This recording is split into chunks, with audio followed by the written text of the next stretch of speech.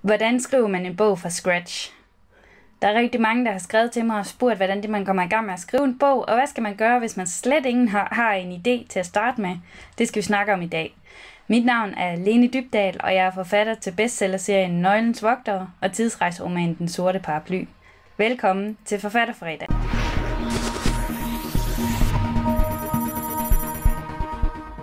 I dag der skal vi tale om, hvordan man starter på en roman helt fra scratch. Og til det der har jeg 7 tips, som du kan se lige her. Tip nummer 1. Find 7 pins på Pinterest, som skal være med i din roman. Det er tip nummer 1. Tip nummer 2. Lav en rækkefølge. Du tager altså de her 7 pins, måske printer du dem ud. Og så skal du se, om du kan lave en sammenhæng ud af dem og lægge dem i rækkefølge. Når du har den her sammenhæng, så går vi videre til tip nummer 3, som er lav din hovedperson. Det kan være en af de personer, som du har på nogle af de pins, du har printet ud.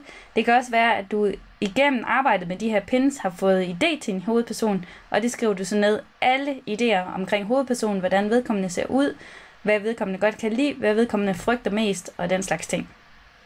Når du har hovedpersonen sådan i grove træk, så går vi videre til tip nummer 4, som er find på et navn.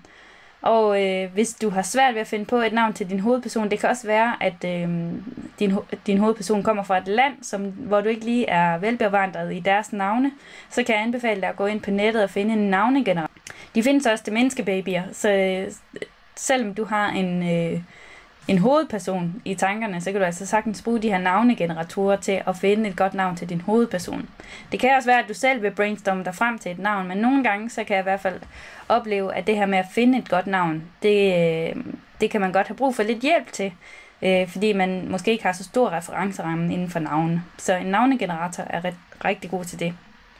Tip nummer 4, det er udvælg 3 plotkort. Og nu ved du måske ikke, hvad et plotkort er, men jeg har faktisk sådan et sæt spillekort her, som hedder plot twist cards. Og de bruges egentlig inden for rollespil, og der findes rigtig mange af den her slags ting, især til rollespillere. Og nu er det ikke fordi, jeg nogensinde har spillet rollespil, men jeg kom på de her plotkorts, fordi jeg har set en anden forfatter bruge lignende.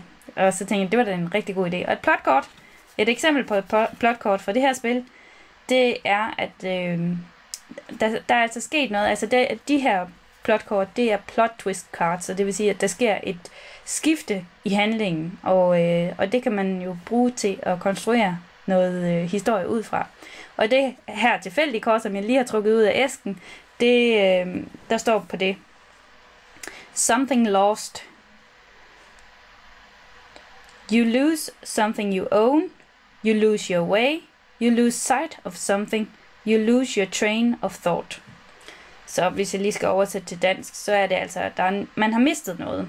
Måske har du mistet noget, som du ejer, eller din hovedperson har mistet noget, som vedkommende ejer. You lose your way, altså du farer vild. You lose sight of something. Du taber noget af syne, og det kan selvfølgelig både være bogstaveligt talt, at man måske forfølger en, og lige pludselig så kommer han ud af syne, og man kan ikke finde, hvor vedkommende er. Men det kan også være, at man havde et mål, som man lige pludselig drejer væk fra. Altså sådan i overført betydning. Eller you lose your train of thought, at du bliver afbrudt i en tankerække. Den er også rigtig god til at twiste historien til et andet sted, eller trække spændingen lidt ud, hvis der er en person i din historie, som er lige ved at regne noget ud, og man har måske givet læseren nogle hints, men vedkommende, eller din hovedperson, har ikke helt regnet det ud endnu, så kan man sådan skifte spor på den her måde med, at vedkommende er lige ved at regne noget ud, men bliver så afbrudt i den her tankerække. Så det var en idé til et plot twist kort, og der findes jo bunker af de her. Så udvælg 3 plot twist kort, det var vist tip nummer 5, ja. Så er det tip nummer 6. Skriv en disposition. Og der er mange, der brokker sig, når jeg siger det her. Lene, det er så omstændigt. Kan jeg ikke bare gå i gang med at skrive? Og det skal jeg jo selvfølgelig ikke bestemme. Men mit bedste råd, det er at skrive en disposition først. Og en disposition, det er simpelthen bare en slags opskrift. Hvad vil du gøre først, og hvad vil du gøre næst? Og der er det, måske er det bedst at starte med nogle få punkter, og så kan man altid udvide dem. Altså hvis nu du starter med en disposition i 10 punkter, så kan du altid udbygge med nogle underpunkter. Altså til punkt 1 kan der måske være 3 underkategorier, du vil ind på, osv., så dit manuskript vokser på den der måde. Men en disposition kan klart anbefales, hvis du ikke vil gå i stå i hvert fald. Tip nummer 7, det er hurtigskrivning. Og hvis du ikke ved, hvad hurtigskrivning er, så er det i hvert fald ifølge mig simpelthen en øvelse, hvor du afsætter noget tid. Det kunne være 5 minutter, 10 minutter, 20 minutter, hvor du skriver dig ud af, uden at overhovedet redigere dig selv. Altså du skriver løs på de her idéer. Det skal selvfølgelig være en hurtig skrivning på baggrund af de første 6 punkter, vi allerede har været igennem. Altså når du har udvalgt nogle idéer, en hovedperson, og hovedpersonen har fået et navn, og du har fået lavet din disposition, jamen så er du godt i gang til at komme til at skrive noget egentlig tekst. Og grunden til, at du skal i gang med hurtigskrivning, det er faktisk en anden måde at brainstorme på. Det er, at dit sprog hjælper dig på vej med nogle af de tanker, som du har inde i dit hoved. Så du skal ikke tænke hurtigskrivningen som, at det skal være en del af din bog. Det kan det selvfølgelig godt blive til sidst, men det er egentlig mere en brainstorming-metode. Sådan ser jeg det i hvert fald. Så det var mine 7 tips til at starte fra scratch. Og jeg håber, du har kunne bruge nogle af mine tips.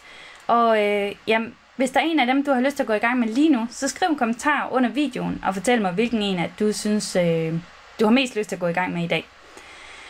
Hvis du ser den her video andre steder end på min blog, Dybdahl.com, så gå derind og skriv en kommentar. Fortæl mig, hvilken en af de 7 tips, du vil bruge allerede i dag. Det er også inde på min blog, Dybdahl.com, at du kan tilmelde dig mit nyhedsbrev.